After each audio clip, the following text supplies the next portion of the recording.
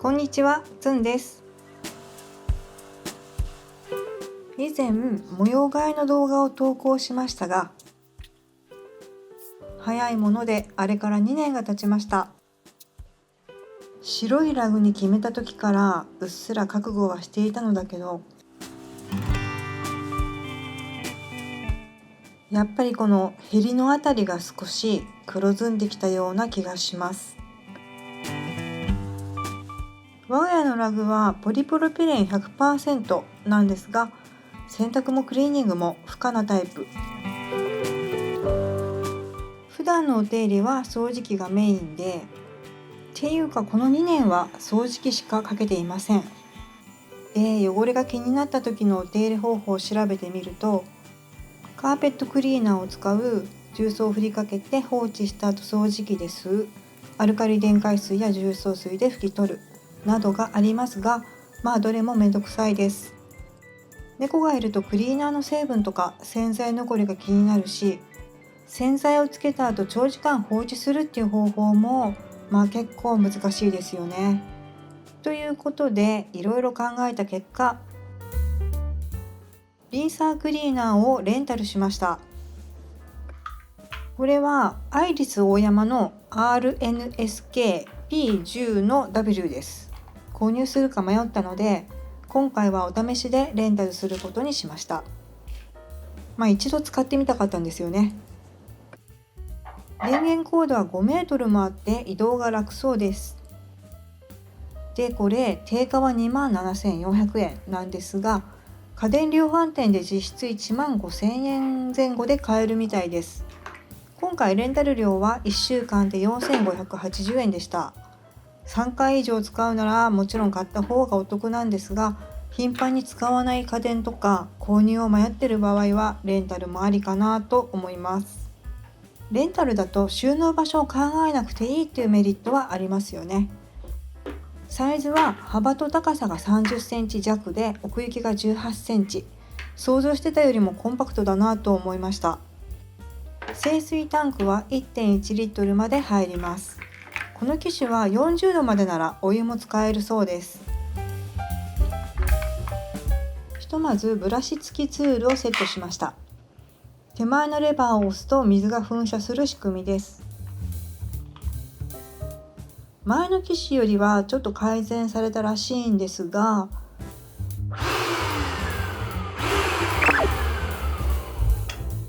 音はやや大きめかなと感じました。ちなみにラグの毛足が長めなので、きっと猫のモフ毛が隠れているはず。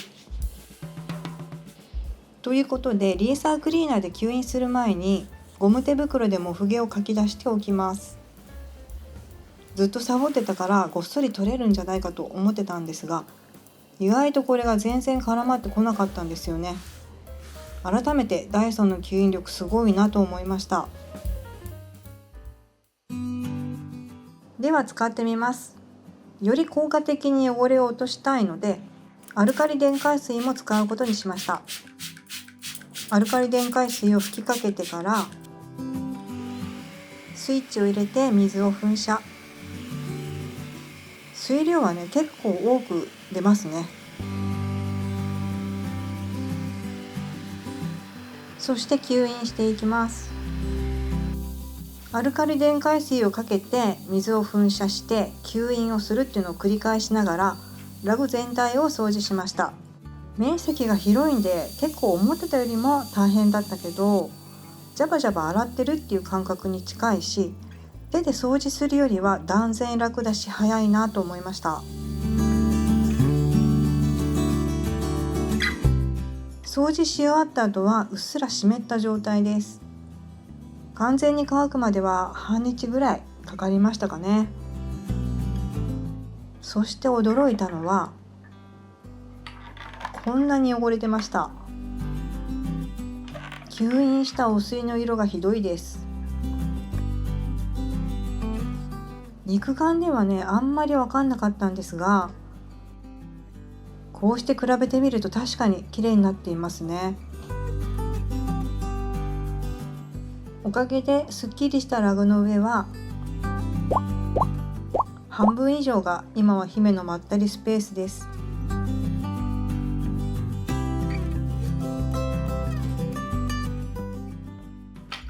さて、せっかくレンタルしたのでレンタル料金分使い倒そうということで、この際スツールやソファーも掃除したいと思います。まずは猫のモフ毛を取り除いて、こちらもアルカリ電解水をスプレーしました。で、今度はね、ブラシのついていない T 型ヘッドっていうのを使ってみようと思います。私この時気づいてなかったんですけど、水の噴射は自動ポンプ式で、レバーを押し続ければ水も出続けるという仕様でした。もう間違えて何度もプシュプシュしちゃいました。みるみる水を吸っていく様子が見ていて気持ちいいです。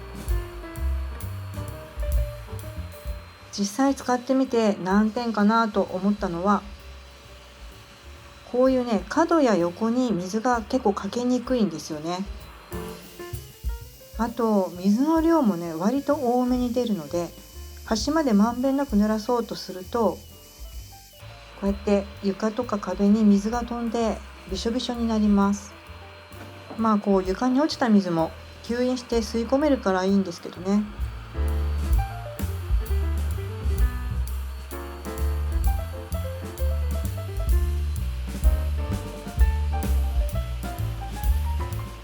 私はもう床が濡れるのを覚悟で噴射して、こうやってすかさず吸い取るっていう方法を取りましたけど、床を濡らしたくない場合は何か敷いた方がいいと思います。しかしすごい勢いで垂れてますよね。今考えたら、これスプレーボトルで水をかけても良かったかなと思いました。はい、そしてスツールの汚れ具合はこんな感じ。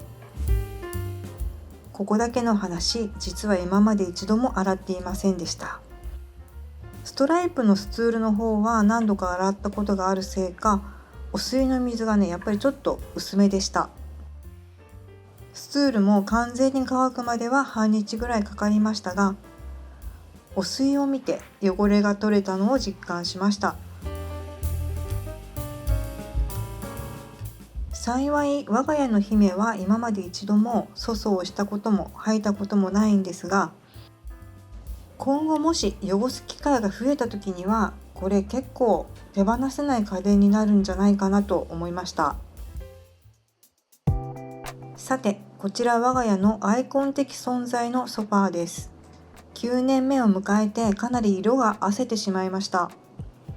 これ見てください。元の色と全然違いますよね。本当は新しくしたいんですけど、同じ生地は残念ながら廃盤で、違う生地を選ぶかソファーを買い替えるか結構悩んでたんですけど、実は年末にソファーのちょっとした事件があって、もうしばらく使い続けることになりました。事件の真相は動画の最後で。この際ソファーもリンサークリーナーで洗います。まずはモフ毛を取り除いて、ちなみにさっきから使っているこれパクパクローラーっていうんですけど、猫飼いさんに人気のアイテムですよね。粘着タイプのコロコロと違って替えテープ不要で、驚くほどごっそり取れます。 Amazon でもベストセラー。丸洗いもできるので我が家でもめちゃめちゃ重宝しています。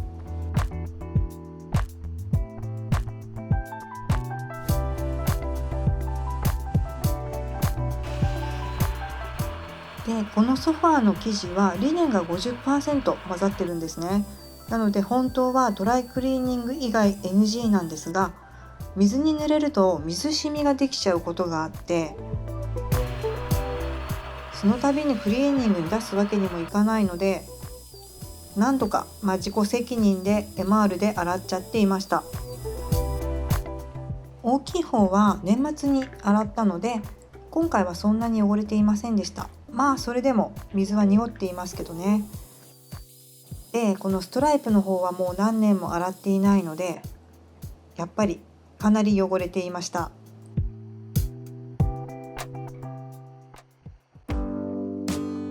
はい、しっかり汚れが取れることが分かったリンサークリーナーですが、ここに来てもう一つ残念なポイントがありました。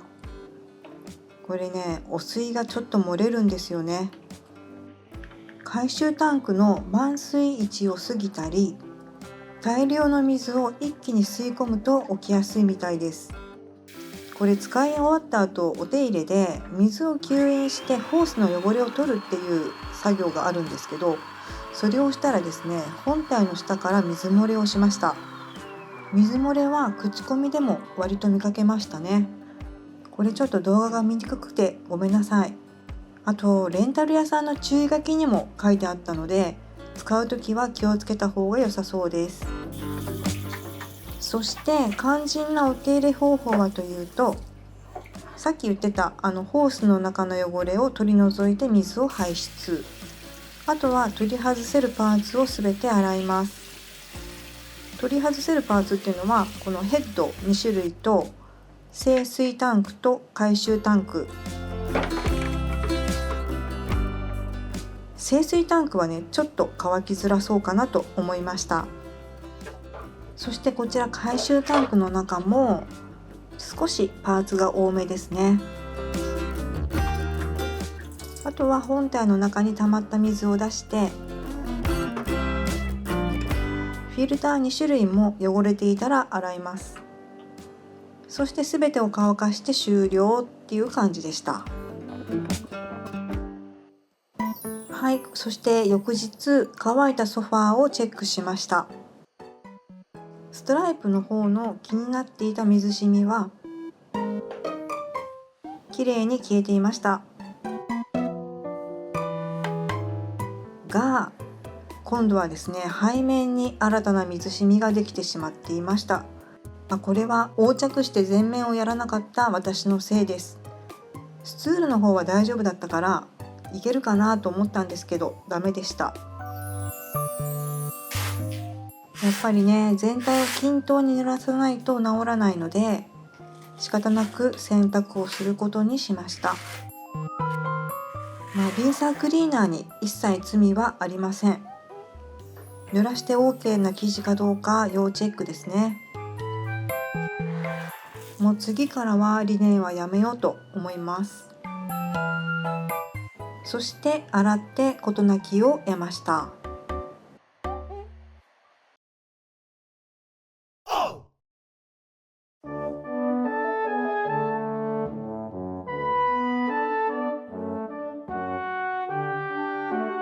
ちゃん、何してんのそこで。なんとある日突然ソファーの底が剥がれ落ちるという事件が起きました。慌ててソファーをひっくり返したら、もうこんな感じで完全にベロンと剥がれ落ちています。そしてこの時初めて知ったんですけど、触ってみたら底面がね、不織布でできてたんですよね。経年劣化で剥がれちゃったみたいです。こんな風にもう触っただけでボロボロと崩れ落ちるような状態でした。本当にこんな風になっちゃうんですね。で、同じ時期に買ったベンチの方も当然アウト。今まで全く気がつきませんでした。で、姫がまた潜ると危ないので、底面をこんな風にカバーしてソファーを立てておくことにしました。それでもね、隙間から潜り込もうとするので、もうこんな風にガムテを貼りまくりました。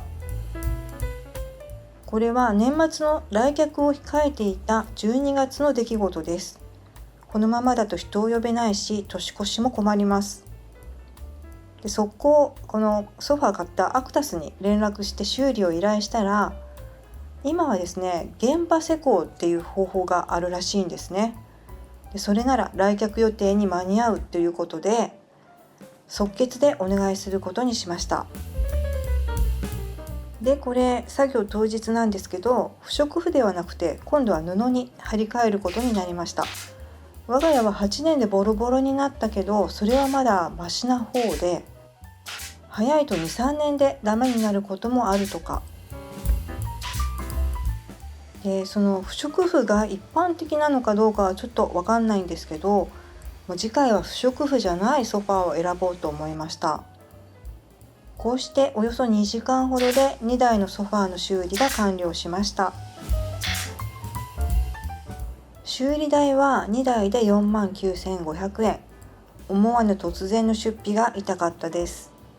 ということで、せっかく直したのでソファーの買い替えはまだ先になりそうです。はい、最後までご視聴いただきありがとうございました。少しでも参考になったらチャンネル登録していただけると嬉しいです。それではまた次の動画でお会いしましょう。